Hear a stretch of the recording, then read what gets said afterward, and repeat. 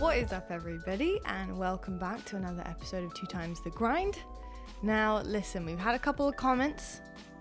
We had a lot of comments, actually, by the way. Great episode back. So it's so. Are you bringing up the person, Yeah, like I'm the about to person say who so. said, Yeah, I'm about to say- "See," and Yep. yeah, I'm about to say, sorry to disappoint you, but we're back. we're here in a second week in a row. Second week in a row. To be fair, valid comment though. Valid. This is a win, though. This is a win. Big Valid win. comment, but we're here And we're here to prove you wrong, week in and week out, baby. But until yeah. the week that we don't. Yeah, until the week that we don't, and then you can totally say that once again. But no, the roast was totally valid.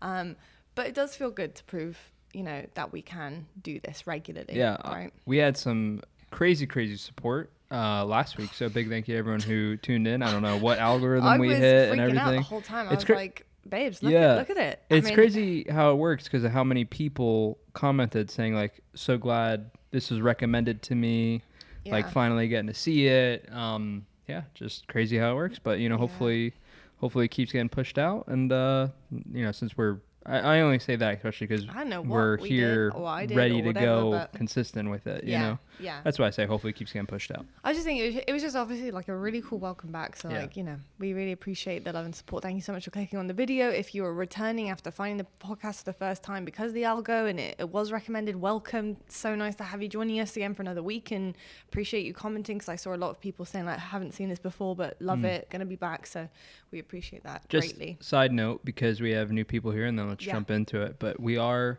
on other platforms. Yes. Spotify, Apple. Yeah, Spotify, Apple Podcasts, and Podbean as well, if you guys do listen on Podbean too.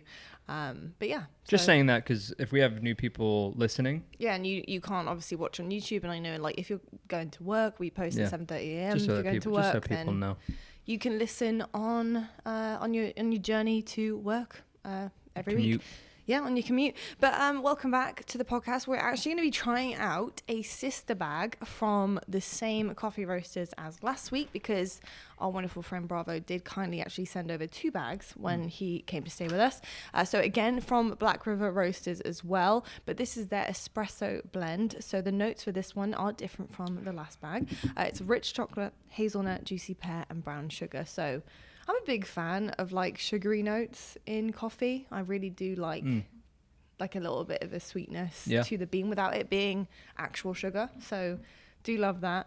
But yeah, the espresso blend. And we did make it the same way as last week, which is probably going to be every time we have a bean, to be honest, because learning a lot more about beans and how to use them correctly. And did have a little bit of a choke though. When? Because it's the same way, like the same style brew and everything. Yeah. But different creamer for me, and I don't know for you. I don't know what you did last time. That's why I just had a tiny bit of cream. Yeah. Like not actually cream. Yeah, I had like a vanilla creamer. It's sweet, but obviously it tastes really nice. So same style though. Same make. It's pretty good. I'm not gonna lie, that's pretty good. It is good. Mm-hmm. Usually you're roasting me for trying it early. Now you're trying it early, even though I already had it. I thought you'd sip. I did. Yeah, I was going to say, I thought you'd sip. I know, but usually I feel like you would try to wait till the end. But what do you mean the end? The end of what, the spiel? Yeah. Yeah. Well, the spiel's over. All right. Yeah, it's good so far. So we'll have to see at the end of the episode how this one stands up to last week's bag as well. But today on the podcast, we're going to be discussing a few different things. Like I said, last week, we were going to talk a little bit about other teams.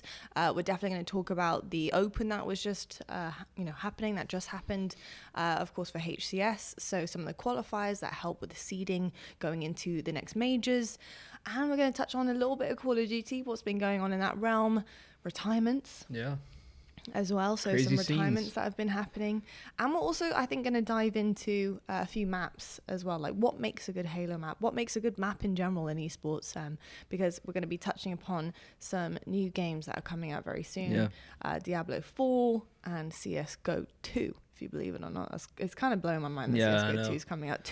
Number 2. If you're listening, or obviously you are. Yeah, obviously you're obviously listening. No, I was gonna say like if you're like I don't know where I was going with it. It doesn't matter. Anyway, before we jump into the topic on maps, what I was gonna say is if you play video games, it doesn't have to be Halo. If you play video games in general, I guess you could probably say like multiplayer is what we're gonna go for the most part. But I was just gonna say to comment below what you think makes a good map before we talk about it. Okay, yeah. Just get you ahead of the game. Fair. You know? I don't know why I said the map thing last, but we're probably going to touch upon the maps through the Halo chat. So towards the beginning anyway. Yeah. But yeah, just type down what you think makes the map. It's a great idea, babes. It's just, you know. It's like you're a pro at this or something. Get the brain going, you know. He's just so good. Let's kick things off with Halo and, you know, what happened a few days ago. So obviously we had the Open, and I want to talk to you about this to begin with because we're just going to get it out of the way. Rip the Band-Aid off. Yeah. There's a lot of people, I'm sure, very, very concerned about FaZe and where you guys are at. And the reason I'm laughing is I'm laughing just because it's really not that deep and it's just not that serious. And obviously on the grand scale of things, on the grand scheme, and the scale, if you're going to put it on a scale of how important it is, it's obviously not at the higher end. But, you know, at the end of the day, you did drop a seed, you know, in terms of the major coming up as well, which you can easily regain back through obviously some of the qualifiers. But, you know, this is like a little bit of a bump in the road, and I wouldn't even call it a bump in the road. Look, you're like a little bit rusty. You know, you've had a bit of a break as a team. Most teams have had a bit of a break. You need to get back into the swing of things. It's really not that deep. But, you know, for a lot of people asking, like, oh, what happened? And like, oh, no, you know, oh, God, this is not good. And, you know, God forbid other people being like, oh, this is not working and stuff. You know, talk a little bit about why this isn't really that concerning, to be perfectly honest. Well, I think that you want to win everything you compete in, obviously. So it's not a matter of it like not caring or not trying or anything like that. But when you come back from the LAN event, there's just a weird kind of rust, and just you got to get back in the groove of online and doing this and that, and you're trying to kind of, you know, you go from hanging out in person to all of a sudden, you know, hanging out in person and being around each other 24/7 to now you're back to online and you see each other 3 minutes before the game and you're like, all right, let's do it. You know, it's just a different kind of vibe. You know, for us specifically, I think we had 1 to maybe 2 scrims heading into this past week's Open. Scrims went well. Everything was looking good for the most part, but, you know, just had a bad day. Like I said, it happens. A little bit of rust, especially online. It happens. Yeah. Definitely don't ever want that happening, but it's one of those things where people, you know, you get the overreaction stuff like, oh my, what's going on? It's like, relax. Like it's just, you guys are in trouble. Yeah, it was just, you know, it was a bad day. We haven't been playing on top of it, so I just think it's one of those things where, like, you know, we had a good talk about what we want to do going forward to prepare, but the reality of it is we're 2 months away from our live event. If you go in, you want to win everything, but if you jump the gun and we're ready, if we're ready to compete the same way we're ready to compete come June, we're doing something wrong. It's funny because in the last episode we were talking a little bit about, you know, the curse at the beginning of LAN, where the first series, it's the same for online, honestly. The same thing. Like, you know, you come post LAN, you're having a bit of a break, and considering there's a humongous break in between that LAN and the next one, you know, you're taking a few days off here and there. You haven't been scrimming, and scrims haven't really properly started back up again. With teams that you guys want to scrim regularly. We're like the last, we were like the last ones. Optic are technically the last ones to kind of get going again. They didn't play. But us and Optic were the only 2 teams that didn't play in the first weeks. We obviously played in the second weeks. They didn't play in the second weeks. So it's like we were by far, I mean, maybe I'm wrong here, I don't know, but I think we were by far the rustiest team going into it. Everyone else had kind of got their reps the week before. I mean, I say that because I can see you guys aren't back into the swing yet. Yeah. From my perspective. The reason I say that is because I think us and Optic were the only teams that didn't play week 1. Yeah. So just by that alone, essentially, we have fallen back on reps. Yeah. Like of playtime compared to the teams that competed in week 1, because they probably scrimmed for week 1, then they had their tournament series, and they're back to scrimming week 2. For us, it was like we played one day, then we jumped back into it, and it's not good. It's not a good excuse. You don't want that to be the case. To be fair, we did try to get scrims, but there's just been not a lot because people already had their stuff booked. But yeah, I mean, just kind of, okay, you know, it sucks. Here's some things we need to work on. And then other than that, let's just get back into it. And really this week coming up, we kind of start that. I think we have another tournament on, I think it's on Saturday. And we're going to ramp up scrims again this week and then, you know, go forward. For people watching this who are going to be like, oh, well, so you're blaming it on Rusty, like it's just all like excuses, blah, blah, blah. Like, what about Native White, blah, blah, blah, blah, blah. What about Avengers? Yeah. You know, I mean, obviously there is arguments for they were doing really well because they were doing pretty damn good, especially against SSG. And, you know, there were other teams that they were showing up with. But it does seem to be a little bit of a trend with different teams really showing up quite heavily online as opposed to LAN. Why do you think that is? Just a little bit of everything. You know, to the teams we lost against, I think when I say like, oh, we're rusty, that's not nothing to do with them. That's just like they play. Yeah, about the people who are going to be like, oh, well. No, I don't say like, oh, we lost because we're rusty. Native White's a great team. They just got top 4. You know, we didn't get a chance to play them at the LAN event, but obviously we know how good they are. But you know, you lose game 5 to them. We're kind of like, oh, okay, like you know, we had a close one in this.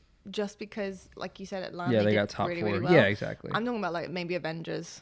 I just think with that kind of stuff, and it's no discredit to them because I think it's hard because like teams sometimes do better online and they catch a lot of flack for it. I'm a big believer that like you'll catch flack for it until you don't.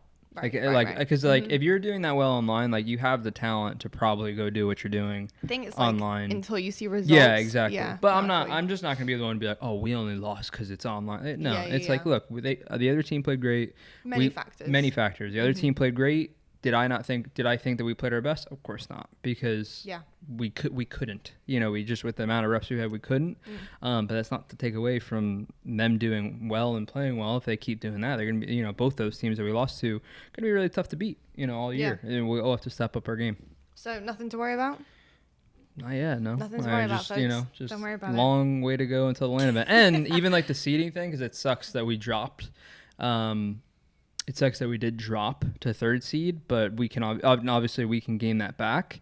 I don't think we're too far off of SSG, but even like with the way the HCS stuff is ran, for the, I think it's called the DreamHack. I don't know what it's called, like the DreamHack Invitational, I think is what it's called. The first week of June. Yeah. There's a qualifier. I think it's the Global Invitational. The Global, whatever it's called. I don't know. There's a qualifier, like a week before the tournament, I think. A week or 2 weeks, a week and a half before, 2 weeks, okay?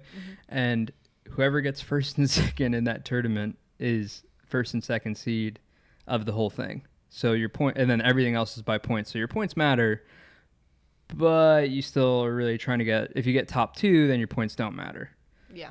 You know, and then it goes to drop off. So your points do matter, especially for brackets. You don't want a weird bracket that influences your, just your tournament, I guess. And I think also like preparing for the worst, right? Yeah. Just like the potential. Exactly. You know, because it's just crazy. Like you can win every single thing, every online open leading into this thing and be the 1st seed, but then if you don't win the one the week before, you're not the 1st seed. I will say it's very different. Yeah. Very unusual. Yeah. That's as far as I will go with that. Very unusual. Next topic. But obviously we do have loads of teams that are competing in these opens. And it's just like, it's interesting to see how they are doing week in, week out and kind of like any kind of jumps in progress. And it's not even just about results for me. Like when I'm watching them, it's about like, you know, you can have some crazy things happen online. We all know that. And you can also have some crazy things happen when you're not fully concentrating or you're at home in your bedroom and you're not with your team. Yada, yada, yada. There's tons of stuff you can say, right? You can go look at, like even use this week as a metric of how crazy it can be. There was an insane amount of upsets. Native Red won the first week. Yeah. And then this past week, I don't know who they lost to, but they lost to, I don't know who they lost to. I think Avengers was one of the teams, and I think the other team might have been like Proton or something like that. So it's like it just shows like everyone's, you know, it just is, it's a, I don't know. I don't know what the word would be to describe how it can go from time to time. It can be like a roller coaster. Yeah, exactly. Where you win 1 week and the next week you're just like, whoa, what's going on? Down spiral. Exactly. Yeah. And I feel like that's just it's very easy for that to happen online to you. I feel like it's very easy to get knocked out. I feel like in LAN you really do start to see like a filing cabinet of places settle. Yeah. Do you know what I mean? I feel like it's so easy to actually start filing teams away into certain positions online, but online it's really like difficult to place people. Especially with the state of the game and how stuff kind of goes. Like it could just be very like flip-floppy where, something can go really wrong for a team online and maybe a player gets checked out, or maybe it's so unfortunate that you lose, or maybe whatever it might be, and then you're talking, we kind of went into it on the first week where it's very small margins in this game in terms of separating teams, even like the 12th seeded team versus a top 4 seed, like it's pretty small margins overall. So when you throw in that online factor, and again, it's not all about online, but it's just one of those things where if you're native red, for example, and you win the first week and you beat everyone, us and Optics didn't play, but you beat everyone who is there, and then the second week you don't do well, like you don't go and hit the panic button, because like you just did well. You're not gonna the second week be like, oh, whoa, we don't know what we're doing. No, like what you're doing, like 100%. I also want to dive into like, I don't know, future predictions, but not quite predictions. It's just more like a feeling, like a thought, right? Or a process for certain teams. And I did mention last week that I kind of want to talk about where teams are at, where you predict teams to kind of be in the future. And it's interesting to get your take on it because I feel like you're very level-headed. So you can kind of see past yourself as a pro player. Yeah. And rather than comparing yourself or your team to others, you can actually see a team for what they are and how they're going to progress. Interesting one to talk about is native white, especially after what happened online and the fact that they are looking pretty good online, and they also showed results on LAN and caused some serious upsets there too. Do you think this team are going to get better just based on you playing against them and regardless and totally taking away the online part of it, but just how they're actually playing as a team and how they're kind of moving as a team? How do you feel like they're performing? Yeah, seems like they're kind of clicking at the, I want to say the right time, but going back to the event, like they clicked at the right time. Yeah. They didn't have that much practice heading into the event. It's interesting because they didn't have a lot of practice heading into the event, and all right, they got top 4, but they were on like a heater. Yeah. They were on a heater run. They probably should have lost to Sen. I think the players would say the same thing. Like Sen, they just had a crazy comeback, and then they go and beat G1 in Game 5, and you're kind of sitting there going like, man, like that's a big top 4, but like that's a heater. Like you were on Saturday and you momentum. Were just you just have the momentum just riding through, and you're making great plays. Like don't get me wrong, they're just playing lights out. But I probably still would have been like, I still think G1 lost to him, but like I would probably still put G1 in the top 4. But now with how well they're doing online, and also full credit to them, they went to Game 5 twice with G1 in pool play, and then in the final loser bracket series. But yeah, I mean, I think you just got to give credit where credit's due. They're playing really, really, really good Halo. Seems like they're clicking at the right time and just improving. So this is another like subtopic to that, because I'm a firm believer of this. So you tell me if you disagree, and tell me, folks, as well, if you disagree with this. But this is kind of how I am mentally. And I say I'm not an esports athlete. I used to be an athlete. And this is kind of how I kind of approach a lot of things. But do you see any kind of success in getting over mental hurdles? So like you said, they would, like native white would probably tell you that they probably shouldn't have won that Sentinel series. However, winning that Sentinel series, pushing them forward with momentum as well, taking G1 to 2 Game 5s, managing to cause the upset eventually as well. Like coming into the next LAN and then coming into online as well, they as a team feel like mentally they have progressed. Like they have shown that they can do it no matter what the circumstances are, no matter what the odds, the chances, the margins that they should have lost or could have won or whatever it is.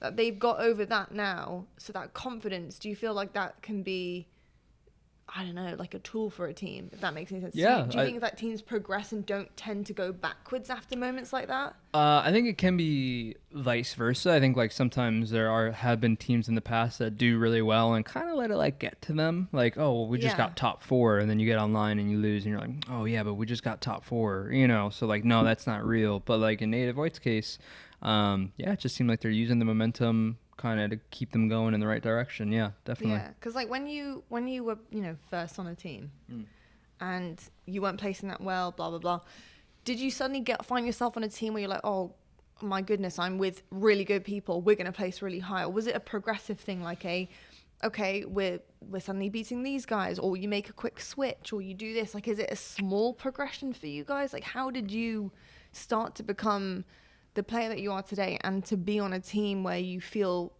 pretty damn comfortable in most cases? Yeah. I mean, my situation was interesting because mine was like a pretty heavy grind. Like I had to go from, so for me, I had to go from amateur to semi-pro to borderline pro to top 8 pro to top 4 pro to sitting in the finals consistently.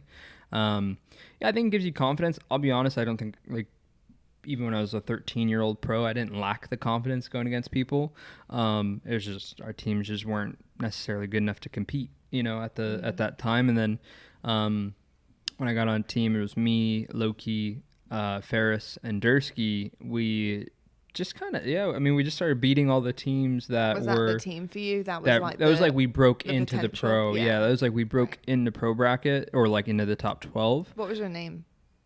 Relapse. Yeah, that was our team, Relapse. And we like finally broke in, and it was kind of like you said, like once we broke in, it was like those teams that were kind of holding us back initially like weren't that good anymore, or like we're just battling with them, but at the same time, I don't know how much of that's like a confidence thing to how much of it's like we just put together a good roster, Yeah. It's interesting, isn't it? Because you never really truly know. I feel like you don't know until you get there. You go to the event and it's either like, oh wow, we're really good, or you get there and you kind of just get top 32 and you're like, well, all right, same old, same old, I guess. Damn. Yeah, damn. All right. Especially, now is a little bit of a better indicator. I say that. I mean, I don't know, maybe not, but online, especially back then, being like 2008, 2009, 2010, online was terrible.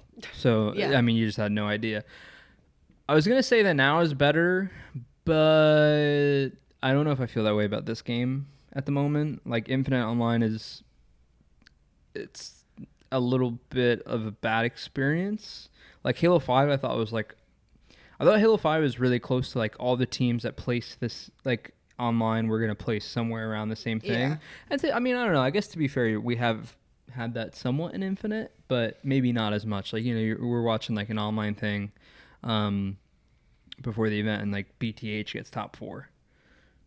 But like in Halo 5, I can't think of anything like that happening. Yeah. So yeah. Okay, interesting.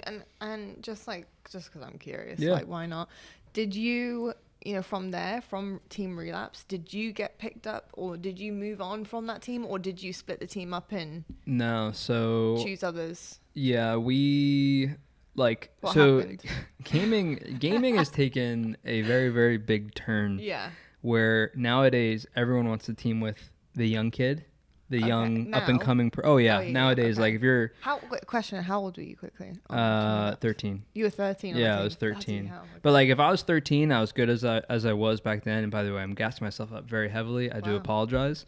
But this is rare, by the way. No, because it's because like it's just funny, and I actually think that I'll pat myself on the back. I think Royal 2 and I had a big part of as to why this Royal 2, Lethal, APG, myself, a couple of the other guys too that went pro and Reach, I think we're actually part of the reason why, at least in Halo, this shift kind of started. In Halo 3, like when I went pro, like no one wanted to team with me because like they just thought I was a liability. Like, oh, you're just so young. I mean, like people told me to my face. Yeah. It was like, you're just a young kid. Like, no, you don't know how to play. Whatever. Nowadays, like, Shotzi's 13 and you're like, yep, give me that kid, but back then it was like, it was just weird. It was back in the day, it was like thumbs are still forming. Yeah, what it was like, people looked for like just really good team players at the time. Right. It wasn't about individual skill. It was like, you know, well, like, yeah, like, oh yeah, he's got a good shot, but like he doesn't communicate well, or like he doesn't know how to play for his team. And it's like those are, and I still think this to this day in esports, that's something that can be taught. Okay. I can't teach you how to not miss a bullet or, you know, have insane movement if you're Shotsy, right? You're Shotsy or Frosty, the guys that have insane movement. I can't teach you that. Yeah. I can help you, but not to that extent. But yeah, back then it was, yeah, just young kids. You were not picked up. So for me, it was, it was a grind. I had we had our team for the rest of 2009. We went pro. 2010, I actually quit because I was going to get on a couple like good top 8 teams, and they all decided to not pick me up. Wow. Yeah. How old were you then? 14. 14? Yeah, 14. Okay. So I quit. I was like, there's just no point in doing this. Like, yeah, no, like literally I was just like, yeah, there's no point in doing this. Like, this just sucks. How could you do that to bowl cut boy from MLG? I didn't have a bowl cut at that point. Oh, you lost it? That's probably why. Cut it. People remember the bowl cut. I didn't lose it. You lost cut it. it. Yeah, I cut it. Yeah, so I didn't go to the first 2 events, and then I just kind of lucked out. Like, I didn't go to the first 2 events, and then Warriors, who was here we go. Robbie B.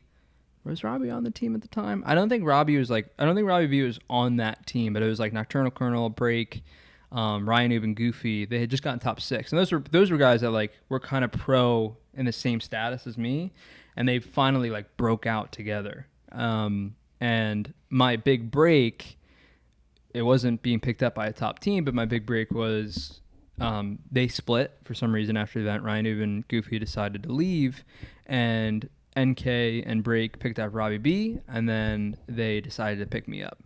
Right. And that was like, it was a big break. It was a big break in the sense that like I somehow got on a really good team with like no points, and I hadn't been practicing and whatever. You know, so that was like a big break, but it wasn't in the sense that like they weren't getting top 4. They got 1 top 6, and that, you know, that was now the big moment for them, you know. Yeah. And then for me, and then we went on to get top 6, which is really cool. That is like, I love hearing, like, because I don't know like everything. We haven't, you know, I know certain things, but I don't know things in detail. Which it's a long time ago. We didn't talk about that. Oh, I like it. Yeah, I like it because it's I learn stuff about you, and it's like Halo trivia for me as well, like in my position. So it's like it is cool to like hear about that. I just want to clarify, it was a big break in the sense that like they were a good team, but it wasn't a big break in the sense that like for how good I was at the time, like in the previous year, like I realistically should have been on, like picked up on a solidified top 8 team already. Yeah. Yeah. So it's like, it was a big break in the sense that I was lucky to make it on to a good team having not been playing. You know what I mean? Yeah, for sure. I just want to make sure it's clear because they're great guys. They're great guys. They're really good players. I'm not saying it as if I wasn't grateful to be teaming with them. Oh, but no, it was, yeah. You know, it was just. You were given the chance. Yeah, exactly. Yeah. Yeah. And damn, what a great chance that was for you and for them, to be honest. Yeah, it was crazy. We made it to Nats, which is like the national championship. It's like the equivalent to like our Worlds. I've heard a lot about Nats before. Yeah, so it's like the equivalent to our Worlds. Didn't Clutch win Nats? 2009, he won. Yeah. Shout out your boy Clutch. I'll never let you forget it. No, you won't. But we made it there, which is crazy considering I had only attended 2 events in the year. Oh, okay. So when you think about it, that's pretty wild. Hey, look. Beating out people. Apparently you're good Rusty then, are you? I was still a gamer. I was rusty. I wasn't rusty in my gameplay. I was rusty in that I hadn't scrimmed, you know. But to go in, we went and got still on every single night. Yeah, no, literally. Day, I just had. I mean, I'm 13. What else am I doing for the most part? But we got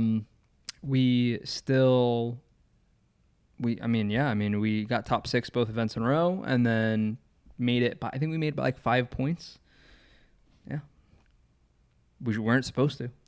That's why it's crazy. We weren't supposed to, but. It's crazy. I mean, looking back on it, it's like, damn, I don't know how we managed to do that. Hey, look, you managed to do it. It's cool. You know how we did it too? How? Tell me. Okay, so I love Dersky, but my boy Sean Swiderski. I was planning on. Oh no, actually, I was scrimming at the time. I was planning on heading to the event. I was teaming with, it was me, Sean. I think we had Thrust on our team, and I think it was Edwin Zulu. We were planning on teaming, or we were teaming, sorry. And I was actually at Sean's house. Yeah. And Sean got an offer from Heaven and Earth, which is like a pretty good team at the time. And Yeah. like I was like the biggest, like I was an idiot. I was really mad at him. I mean, to be fair, how could you not? Wait, how old were you? Probably like 14, You were I think. 14. Still, How old yeah. was Sean at the time? I don't know. I think he just turned 30, so he's like 3 years older than me. So he's like 17. Okay. Yeah. So he's like. Yeah, he's still young. You know, at my time, I thought he was like old. I thought he was old as can be. Angry bowl cut boy. Yeah, well, because like no, but see, I did have some validation because he told me he got the offer. I was at his house. Yeah.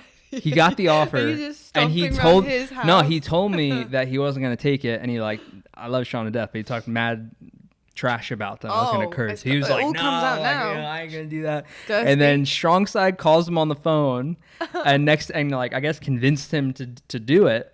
Oh and, no! Of course, StrongSide did. Yeah, of course and he did. Sean comes downstairs and was like, "Yeah, Don't know like what to you know, tell you, yeah, I'm like you in." know, I gotta take it, like whatever." And I was like, "Dude, Wait, so you're at his house about to go compete as a team? we're not. I was just there like practicing like for fun, like just hanging out. Yeah. What the hell? No, the event was still like a month away or something like that. But yeah, so he left. Wait, so he came. He went upstairs, took a call with Side, comes back downstairs. The enemy. Basically, yeah. And then like I was just like, you know, I'm like really annoyed. I like call my parents and I'm like, hey, you gotta come get me. Like I gotta leave. And I think it was. Oh my gosh. I might be lying, but I think it was like New Year's or something like that. Like it had just like New Year's had just happened. I think there was some reason why they couldn't. I think it was New Year's where like it wasn't gonna be like, you know, they were just kind of like, we can be there in like a day. It was a 3-hour drive. They were just kind of like, I think that's what it was. I'll have to ask them, but I think that's what it was. Where it was like, you know, I think it was like New Year's Day or something, and it's like just not the safest to drive on that specific day. Probably so the weather too. New Year's. It could have been bad weather too. It honestly could have been the weather. It could have not been New Year's, and I'm just making it up. Chilly, But so the reason I tell that story is because to make it to Nats, it was between us, his team, and Darkest Hour. We played them. I hope I'm not getting something wrong in the story, but if I'm not mistaken, we were down in a series because we played them earlier on, and like I don't know how it would work. I think it would have been like a placement round or something. They had weird formats back then. I don't know. And they beat us. I think they beat us 3-0, which sucked. But Heaven and Earth. But then we played them in the losers bracket. Oh no. And we were down 5-2. Oh my! What in flag? In the series count. Okay. So it's first to 6. Okay. And we came back and won. Wow. And we made it by like 2 points to make it in Nats. Hold on, 5-2. No. It's they did best of 11s back then. If you played it, it was continuation. Like there was no like double series. It was continuation. Okay. Yeah. Isn't that crazy? That is, I bet. Well, did you speak to Dersky afterwards or no? Yeah. Well, we didn't talk for a while, which is kind of my fault. I mean, I'm 14. I'm pissed. I mean, give me a break. But he left while I was at his house. I mean, come on. You know what I mean? Yeah, that is true. He could have at least waited to tell you maybe once he'd left. No, you know what it was? It wasn't even that like really got me annoyed. What got me annoyed, one, he told me he wasn't gonna, and that frustrated me. Yeah. And then the second thing that really annoyed me, and like when he left, I was mad, but in my head I'm like, I mean, I'll be honest, if I got the offer, I would have taken it. Yeah. You know, like you can't. It was StrongSide, Captain Anarchy, and I think it was Killer Drew, and they were like a really good team at the time. So you got to take it. I mean, but the thing that really annoyed me was, one, him saying he was going to take it, and then 2, I was sitting there playing, like, you know, okay, he's now on his team, and I'm looking for my team, and he was scrimming with them, and they're just in the honeymoon phase of, like, their best pals, and they're laughing, and whatever, and I just was so annoyed. Like, this was at his house? Yeah, because I couldn't leave for, like, a couple days. So they were scrimming, and, like, he's sitting there, like, having the best time with StrongSide. They're talking about going on, like, a kayaking trip and, like, whatever, and I'm like, nice. I'm just like, how the hell did this, like, yeah, it's just like, you're so upset. Yeah, I'm just like, wow. So you're staying at his house. Were you just not talking to him at all? It was very, like, it was awkward. Yeah, it was awkward. Oh my god. But so we didn't talk once I left his house, we kind of like stopped talking for quite a couple months, or like maybe it was a month or 2. And then I think by the time we got to the event though, I think it was kind of like, yeah. And then it was like weird, and then we saw each other in person and we were like, and then you beat them. No, well, so that was like the next event. Oh, that was the next event. So there was Raleigh, DC, and then Champs. Right. Raleigh, he came up to me. I think he came up to me, if I'm not mistaken. He came up to me after like a series win and was like, "Yo, dude, like, you know, I'm really sorry. I'm really sorry." And I was like, "Nah, me too. Like, you know, whatever." And well, fast forward a long time now. By he's the one way, of my best friends. He's one of yeah. your Well, we besties. teamed. He's coming to our wedding. Yeah, we started teaming in 2011. Yeah. Got second at Nats. Yeah. You know what? It's business. Full mate. circle. It's just business. You can't blame Dersky for it. It's business, lad.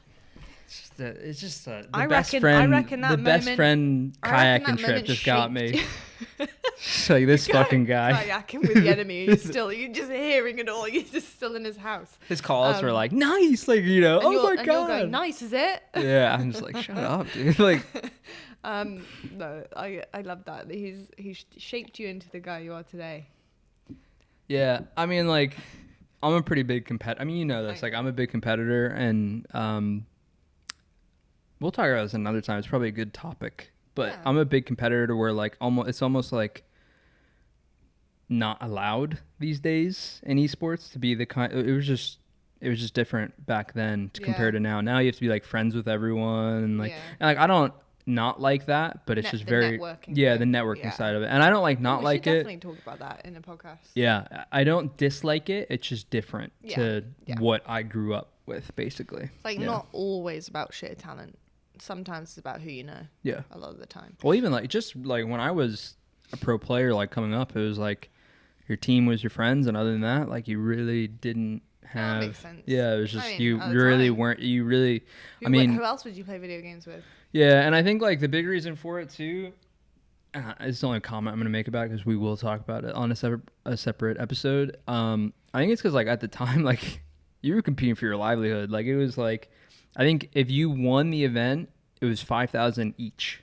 If you won the event, so it was like, I just don't think you're friends because it was like it's me versus you here on who's gonna get any kind of money and be able to keep doing this.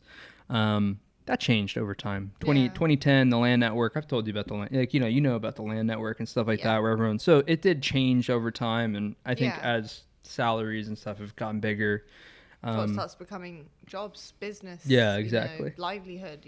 That kind of thing. It makes sense. No, we'll definitely dive into that because it's interesting, like the networking part.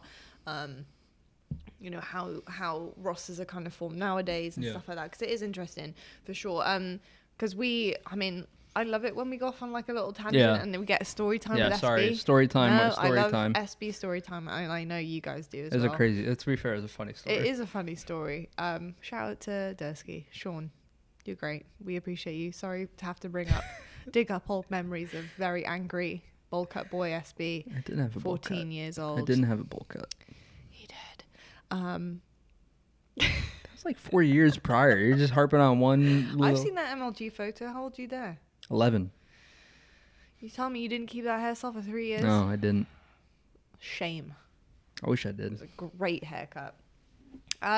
Moving on though, just a little bit more Halo to talk about as well, and we'll dive into a couple of other teams as we kind of see teams submerging from online and starting to make moves. But Native White definitely got us interested, definitely got me interested in talking a little bit about them. Yeah, it's just solidifying, I think, for them. For sure. And I want to talk about maps though, because we did very briefly discuss last week some of the new additions to Halo Infinite, but I kind of want to talk about maps because we see we see maps kind of coming into Halo Infinite, every new season, every now and then. We got Plaza on its way. Yeah, on its way potentially as well. Yeah, I just want to talk about what makes a good map. Do you know why? Because I love the remakes. Don't get me wrong. I love a bit of nostalgia. I really do. But we're seeing Halo is one of the only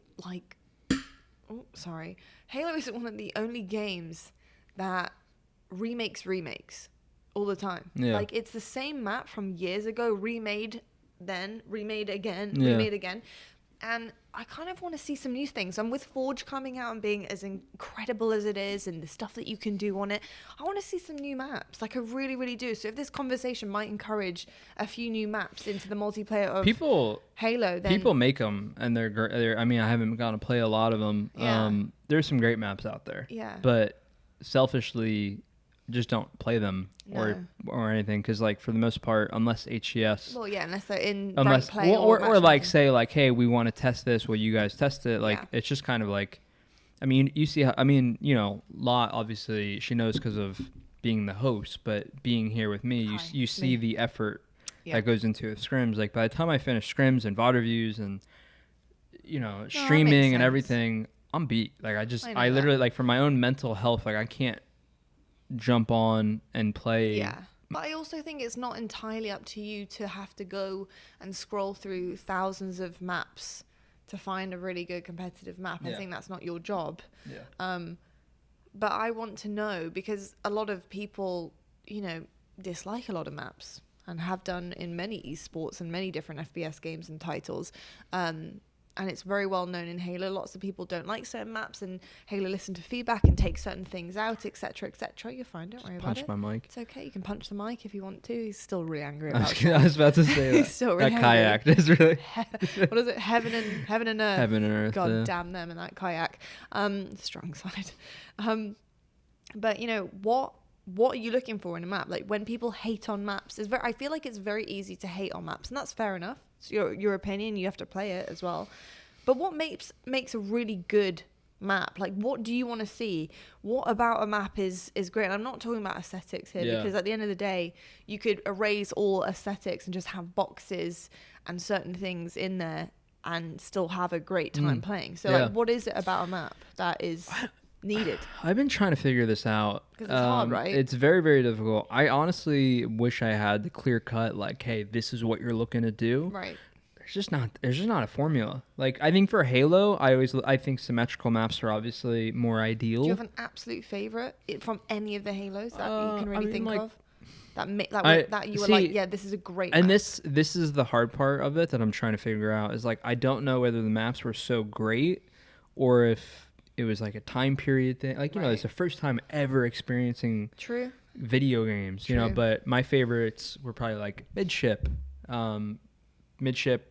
Warlock, going back to CE, Prisoner, Hang 'em High, Halo 3, Narrows, Onslaught, Amplify. They were just like, anytime I played them, I was like, yeah, like, let's go. Like, finally, I got this map again. You know, and I don't know what the clear-cut answer is as to, like, what makes a good map. I just think overall you know it when you play it. Right. And it's interesting because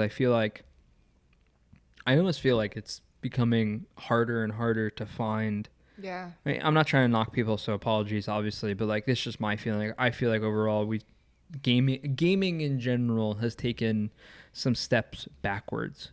But with that being said, in terms of like good design maps, but I don't know if that's actually true or if it's because, let's be honest, I'm just old as shit now and I've played everything so many times to where maybe I'm just like being so nitpicky. I don't think I am I think there's a catch-22 to it, because I think I am slightly, but I also think I'm being realistic, because like when I played Halo 5 and I played like the Rig or Plaza, I really liked them.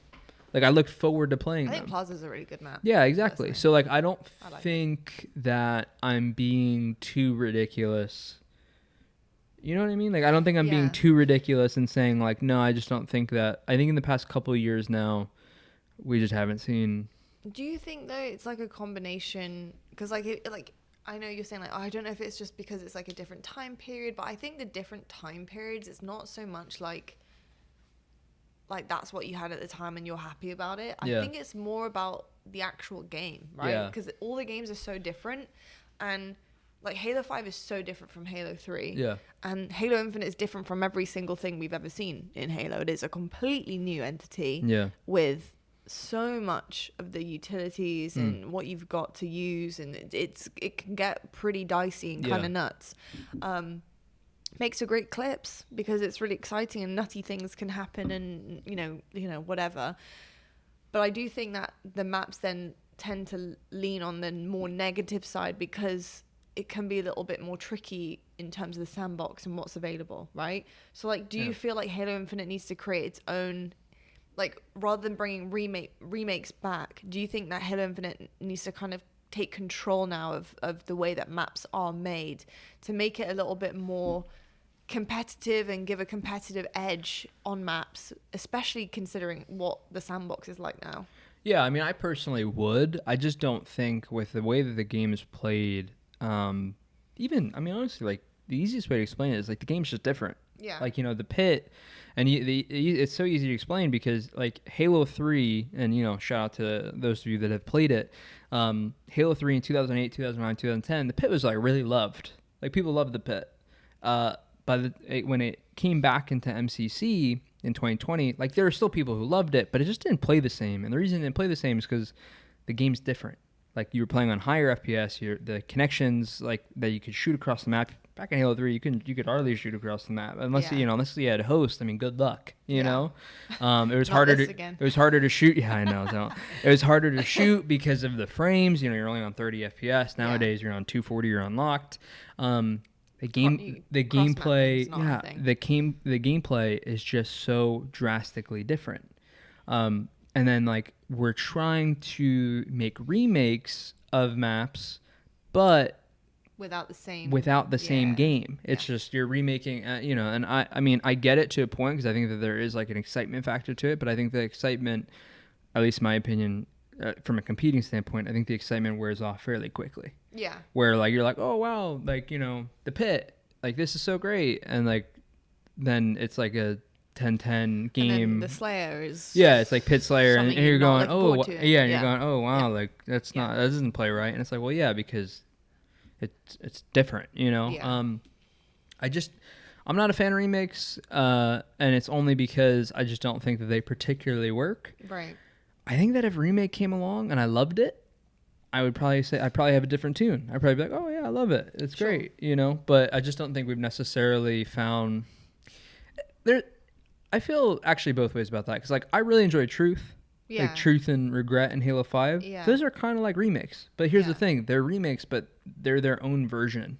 Right. It's technically Midship or Heretic, like being Truth, but, like, it's made its own form to play around Halo 5. Right. With like Infinite, for example. Like, I mean, Pit, they tried to do that. I just don't think that it necessarily has hit. And we don't got to talk about that because I'm not trying to, like, bash it or whatever. Yeah, but, no, I feel you. But, it's interesting. I do wish that there were... I don't want remakes. Yeah. That's just my opinion. I want to see new creations. I want to see new maps. I want to be excited about something brand new to watch and learn and see it flourish. Because I feel like that is going to start to elevate Halo Infinite up a bit more out of that negative space and into a positive light, is creating something new and exciting. This world, content is all people want. New content, and you need to create new content. But I just think that you just have to think really, really carefully about what you need on a map, or what a map needs to look like in order to allow the game to flourish in the best way it possibly can. I think having loads of ratty tunnels are just not going to be it. I think it's going to take away the competition a little bit more. It's just going to become a little bit more stale. Like, you get loads of ratty tunnels and it gets a little bit stale, and it's just not really what you want to see. Do you feel like if you had maps a little bit like Narrows that were a tiny bit more open, maybe not quite as kind of open and linear as Narrows is, but something like super, super open, maybe like a kind of like Collie? And I'm staying away from remakes. I'm talking more about the essence of the map and the way style. that map is made. Yeah.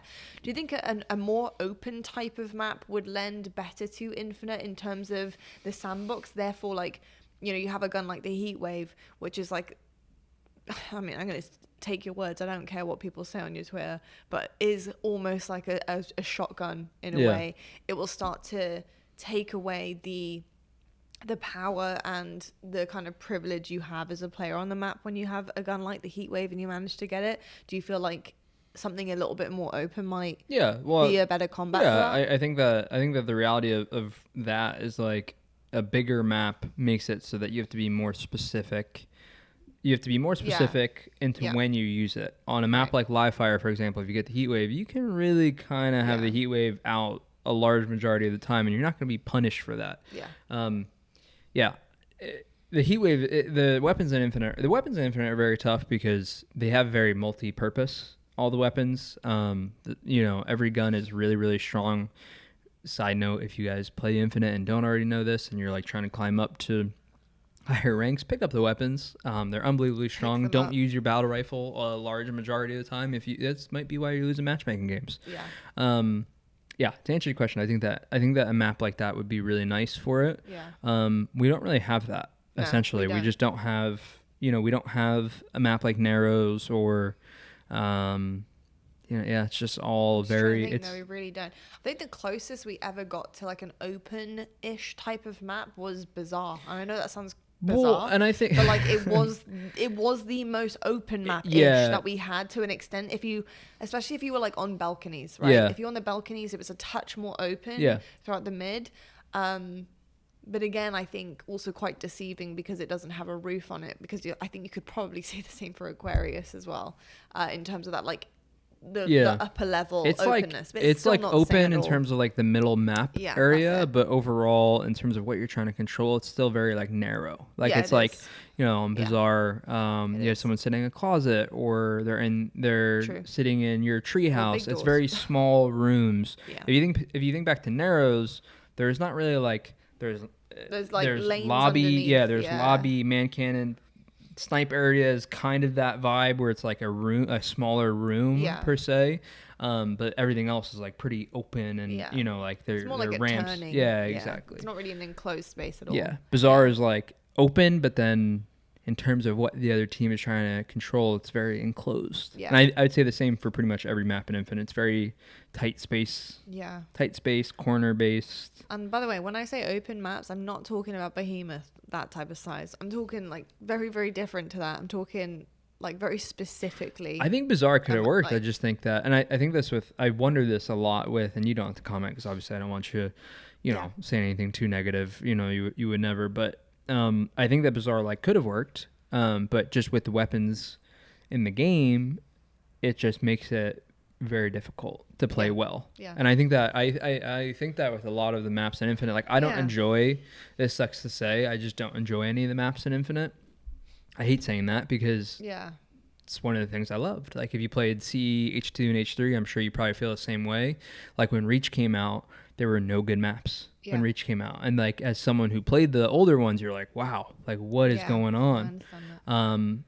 I don't think what you're saying is so much of a negative, because I think it goes back to the point that I was making that, and I think it's fine for me to say this because, like, look, I think with the maps that we currently have, I don't think they lend perfectly to the sandbox.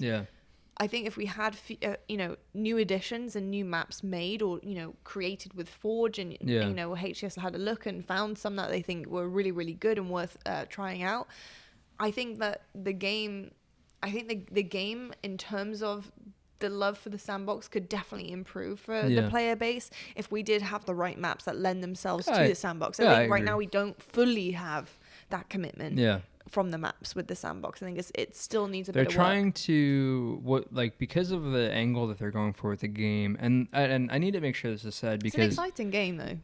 I think in terms of the competitive play of the game, it's incredible to watch. Obviously, I love it. Yeah, we're talking. This is the thing, and I get flack. We're talking very.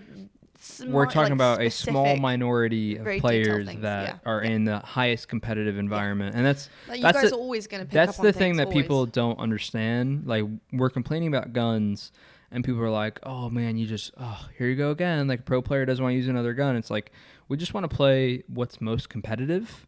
I feel bad because I don't want to get guns in the game nerfed. Like, the person playing on the weekend isn't going to use a weapon the same way that Renegade is going to use that weapon, right? Or you. Or me, right. So, but then in turn, to have it be in pro play and have it be competitive in pro play, you have to complain to essentially get it, in quotations, nerfed, but to us, it's just making it fair. Like, for the Heatwave, for example, we got the ammo cut, and, the ammo cut, and it's like, the majority of players don't need the ammo cut. Pro players do, So it's just tough. It's like we said, it's a small minority of players who are trying to find this balance in the game. Yeah, because at the end of the day, the game is extremely fun for casual players like myself. I love it. It's so fun. I like absolutely all day.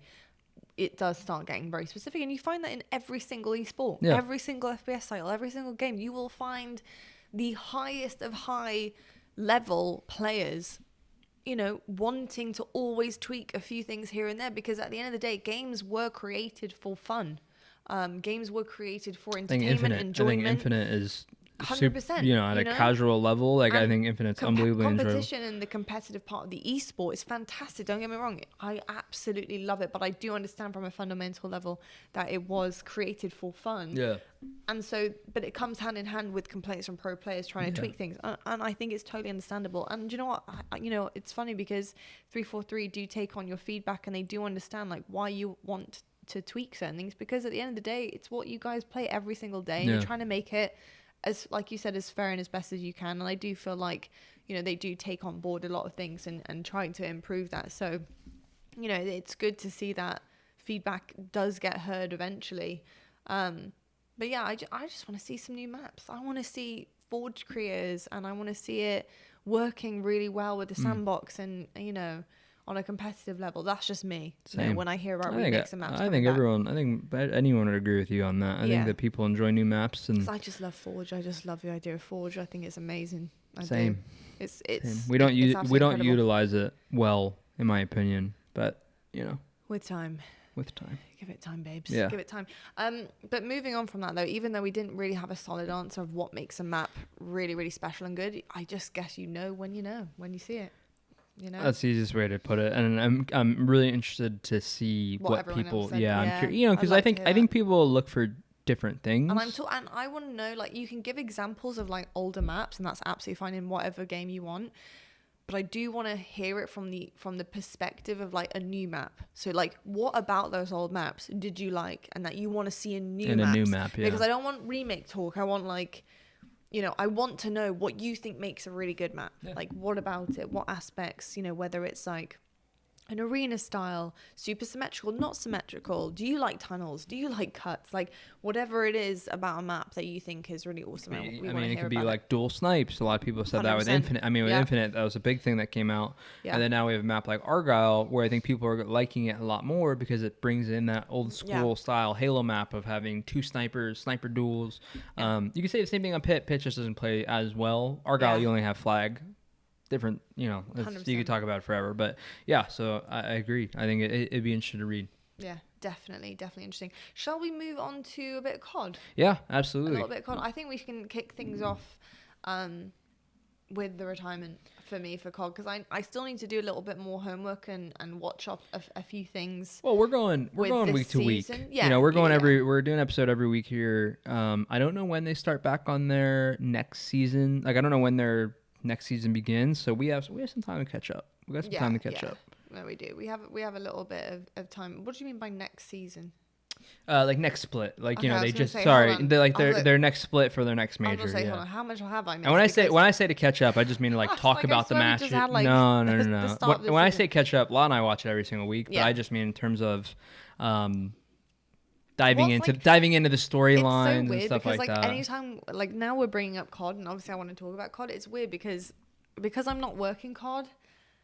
Like, we have it on every time it's on, but it's always in the background, and we're like, you know, I'm kind of looking at the score and I'm looking at this, and every now and then I'll stop to watch like a map or whatever. But it's not the same for me. Well, like, usually it has my full attention. Yeah. I'm like super retentive on what information I'm sucking into my brain. So it's really weird to watch, like, as a casual viewer sometimes, because obviously it's a lot of games. Like, esports, as a casual viewer, it's a lot of games to watch. Through a whole weekend. You know? Through a whole weekend. They're long days. Yeah, exactly. I mean, they're like 10 to 12-hour days. At the end, you know, I was going to say at the end of the day. I know. Yeah, I don't think there's anything. There's nothing. I mean, I'm just saying, it's just weird for me. It's like a weird thing. Well, it's because it went from as a casual view to like. Yeah. You know, like, you must know exactly what happened in the stats, you know, whatever. But let's talk about, you know, really what happened this year, which was kind of crazy, because Optic started their season and had, I believe, did Scump play the first major of the season? Yeah, he played the first one. He did, right? Retired right after it. Yeah, no, it was like, I'm trying to like actually think. I think he played the first two, if I'm not mistaken. I'm pretty sure he played the first two. Yeah, first two, right? Two? Was it 2? Is he? I know he played the first one. I don't know if he played the second one or not. I think he played the second one. I could be wrong, but I literally was having this battle in my brain the other when I was thinking. The second one. I think he did. Did he? I think he did. Do you want to Google it? No, we don't have time. Okay, fine. I can't remember, but let us know which one we're correct on, because I can't remember. But I know he definitely played the first one, obviously. I just don't know if he retired after that one or the second. Can't even remember. I think it was after the second. Because then they went through, before the second, or sorry, after the second is when they started going through major roster changes. And then they now had the third major come up. Yes. And they only had a couple weeks of practice. Yeah. Like for the third major. So I think it had to be. I think he played the first 2. Okay. I think Seth played the first 2, and then the roster drama kicked off. Not gonna lie, big shock. Was not expecting that. Maybe I'm wrong. Maybe I did not expect him to retire like in the middle of a season. Well, he did it for his friend. He did. Yeah. And second of all, which was kind of crazy in itself too, because Dashy was kind of high-key popping off. Yeah. Like high-key popping off, which hey, and it's fine, but like he was saying some stuff. He was definitely saying some stuff.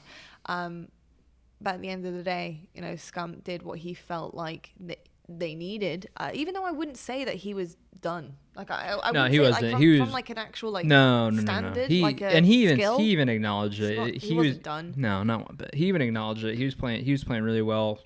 I mean, you could probably even argue he was borderline playing some of the best on his team. Yeah. He literally did it because one, I don't think he fully enjoys the game.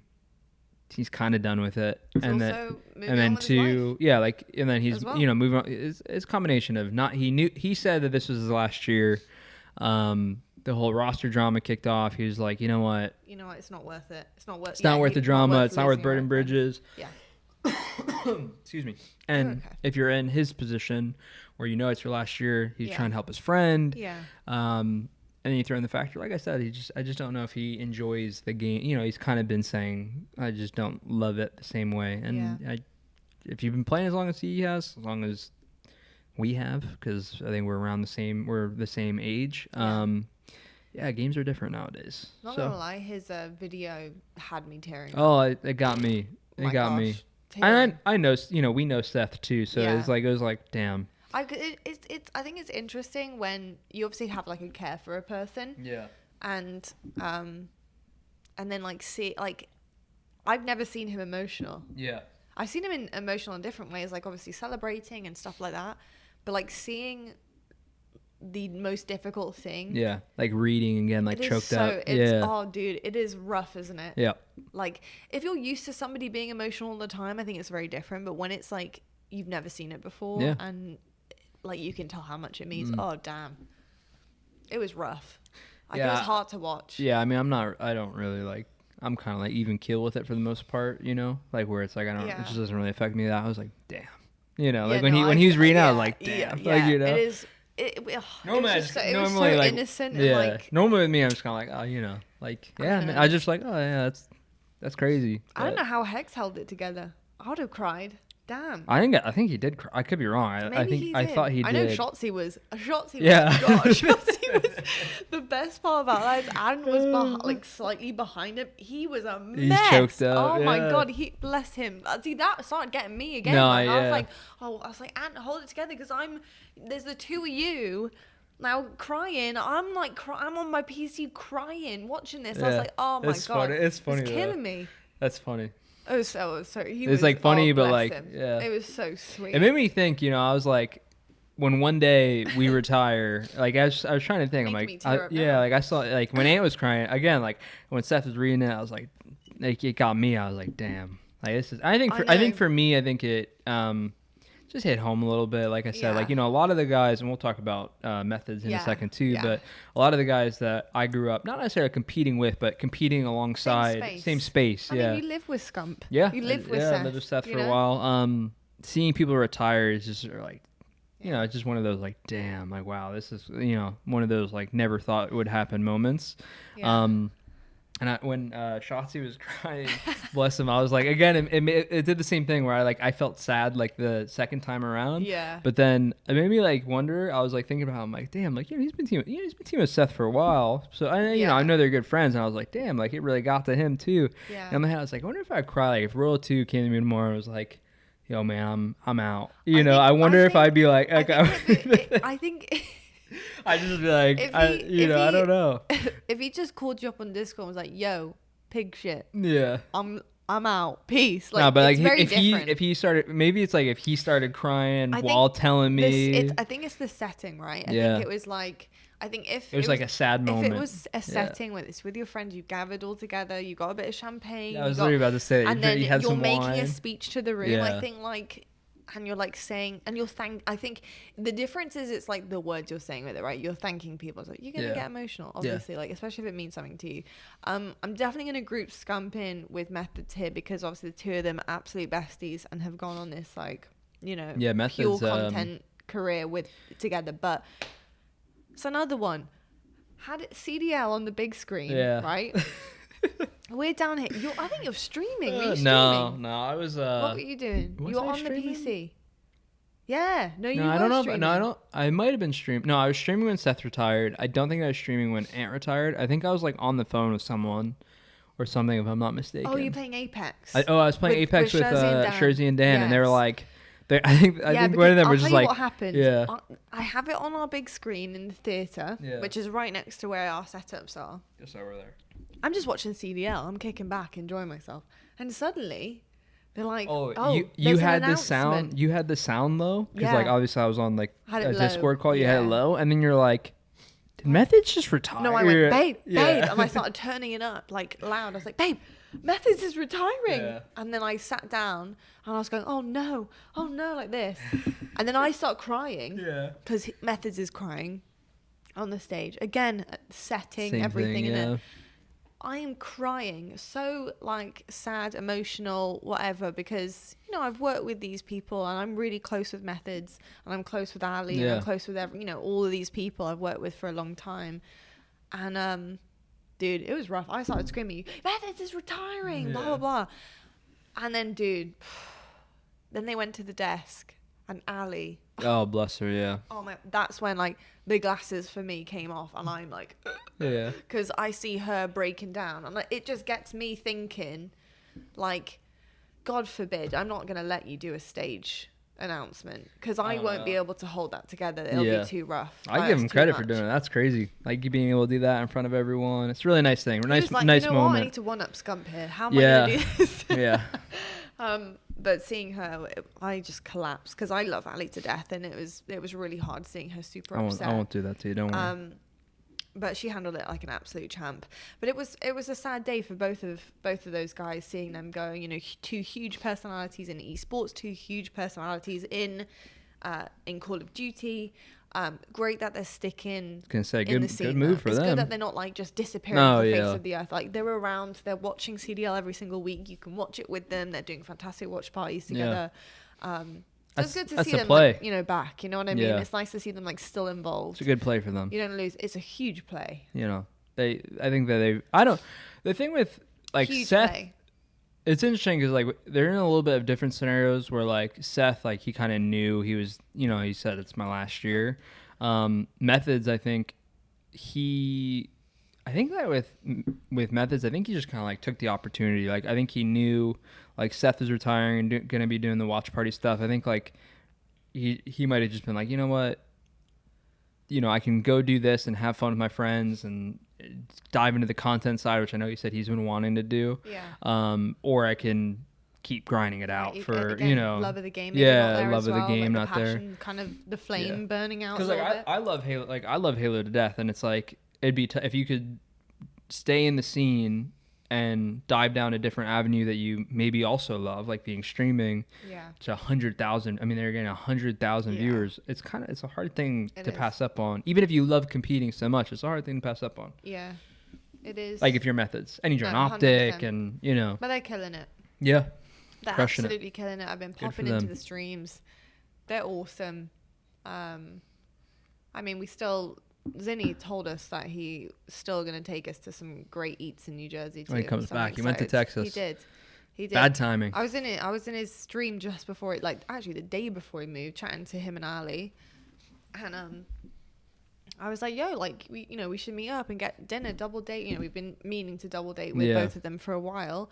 And he was like, yeah, like, he was like, I'm moving to Texas tomorrow. I was like, oh, sugar. Okay. Well, that's out the window. Isn't it funny? Literally, remember the same kind of thing happened with Zuma? Yeah. We're like, oh, dude, like, you know, I think we were talking to him. We're like, oh, where are you living at? And like, whatever. And he's like, oh, I'm moving to Texas. And we're like, everyone's in Texas. All right, later, guys. I know. Hey, it worked out for everyone.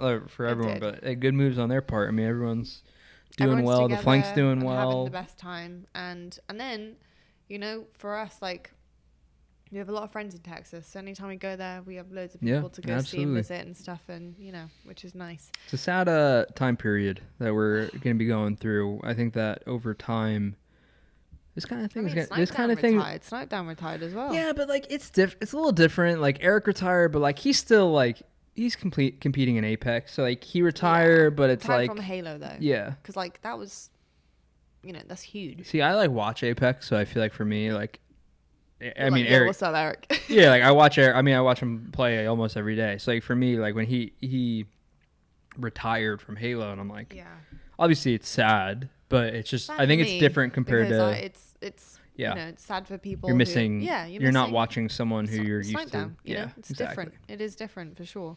I feel that. But I think we need to wrap things up because we're on time. We're timed. We're done. We are. This is going to get too long otherwise, and we need to save things for future episodes because coming to you weekly now. Yep. Until we're not. No, just joking. We're trying. We're trying and succeeding. I may add. 2 weeks. Yeah, 2 weeks in a row. It's a good little streak. We'll take it. The content grind. Look at us. Scump Methodz Scump. I don't know which one. Wait, did I just... No. Scump Methodz Scump. Am I going to dye my hair red? Yeah.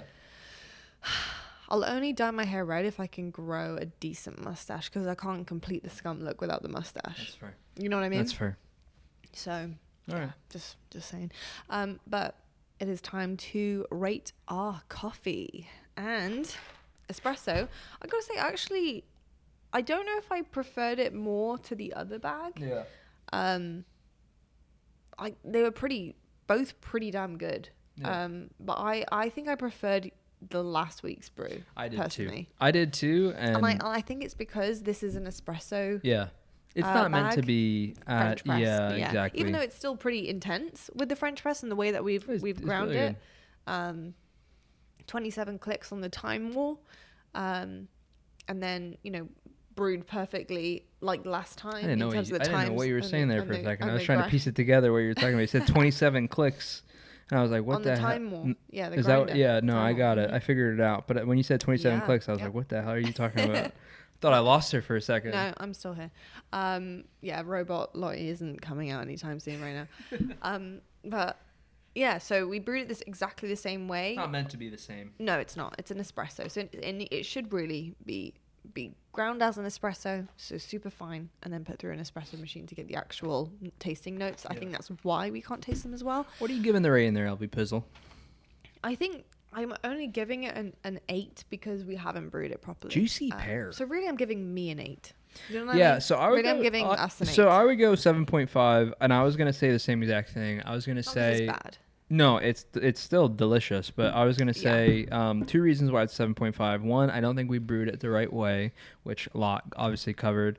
And the second thing for me as to why I think it's ever so slightly down from the last one is because I just didn't like I put like normal milk in it. I put a little bit of sugar in it, and that's kind of it compared to like last time I had like a tasty creamer. Like it was a really nice, well-made coffee. You know, sometimes I drink black coffee, but I did try and froth the milk tonight for us. And I appreciate that. You tried it for me. Did try. I do drink black coffee, but if I'm trying to enjoy a cup of coffee, I put... This one's just a difficult one to try because it is an espresso. Yeah. So, and we should have made it as an espresso, but we don't have the means to make it as an espresso right now. Some beans left in this bag. We do. We got to save it and make it properly. Yeah, we do. That is very true. Next one. I think, folks, next week we're going to touch upon a little bit of what it's like being a pro behind the scenes at a LAN. We've had some requests come in, and we're going to talk a little bit more about the industry of esports. Thank you so much, Fern, for giving us that recommendation. Just because this week we didn't have time to touch upon Diablo 4 or CSGO 2, so we'll do that next week for sure, and we'll start off and kick off with that as well. But we appreciate all of your recommendations of what to talk about coming in. Let us know if there's coffee you guys want us to try. What about your favorite coffee beans? Let us know. Give us a link in the comments. We'll pick a bag up and we'll give it a crack. We'll give it a try. Yeah. So. And any questions stuff. We're always, trying to be weekly, with producing weekly content. I think that we're always going to be looking for different stuff to talk about. Even if we don't talk about it in the following week. Well, it's always taken note of. Yeah, if there's exactly. something more pressing that we want to talk about at the time, we will. But like any recommendations that you guys give us, more often than not, we'll get around to talking about it. It will eventually be used. Sure. Yeah, absolutely. Thanks for watching. Yeah, thank you so much for watching or listening, depending on where you are tuning in from. But thank you so much. We hope you guys have an amazing rest of your week, because obviously this is coming to you midweek, and we hope you guys have some great plans for the weekend as well. We will probably be playing video games, right, babe? I got a tournament, so yeah, we will be playing video games. One of us will, and I will be watching. Yeah, I guess to be fair, that's still playing a video game. So yeah, playing video games. Yeah, playing video games, and I'll be watching you closely and judging you. Is it bad when I think of playing video games, I'm like thinking of like playing Diablo or something like that, but then like... Well, it's because it is your job now. Yeah. To play Halo. But it's still playing a game, so... True. That is very true. Anyway, thank you so much for watching, and you're going to do the end off this time, because I did it last time, so... and as always... Stay on the grind. I think I said that right, I'm not sure. Yeah, you did.